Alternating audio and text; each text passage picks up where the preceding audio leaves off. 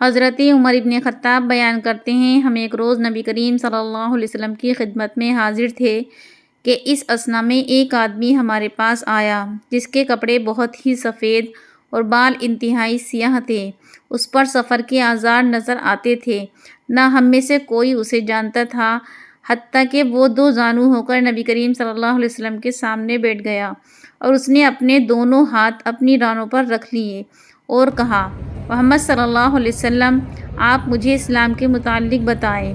آپ صلی اللہ علیہ وسلم نے فرمایا، اسلام یہ ہے کہ تم گواہی دو کہ اللہ کے سوا کوئی معبود برحق نہیں، اور یہ کہ محمد صلی اللہ علیہ وسلم اللہ کے رسول ہیں۔ نماز قائم کرو، زکوٰۃ ادا کرو، رمضان کے روزے رکھو، اور اگر استطاعت ہو تو بیت اللہ کا حج کرو۔ اس نے کہا، آپ نے سچ فرمایا۔ ہمیں اس سے تعجب ہوا کہ وہ خود پوچھتا ہے اور آپ کی تصدیق بھی کرتا ہے۔ اس نے کہا، ایمان کے بارے میں مجھے بتائیں۔ تو آپ صلی اللہ علیہ وسلم نے فرمایا، یہ کہ تم اس پر اور اس کے فرشتوں پر، اس کی کتابوں پر، اس کے رسولوں پر اور یوم آخرت پر ایمان لاؤ۔ اس نے کہا، آپ نے سچ فرمایا۔ پھر اس نے فرمایا کہ احسان کے بارے میں مجھے بتائیں۔ تو آپ صلی اللہ علیہ وسلم نے فرمایا، احسان یہ کہ تم اللہ کی عبادت اس طرح کرو گویا تم اسے دیکھ رہے ہو، اور اگر تم اسے نہیں دیکھ سکے تو یقیناً تمہیں دیکھ رہا ہے۔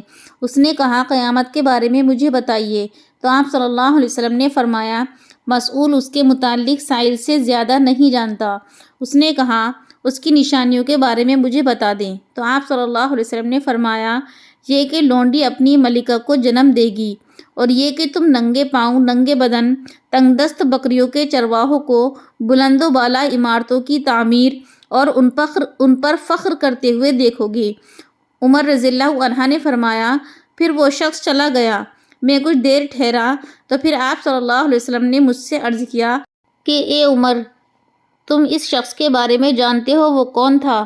تو میں نے عرض کیا، اللہ اور اس کے رسول بہتر جانتے ہیں۔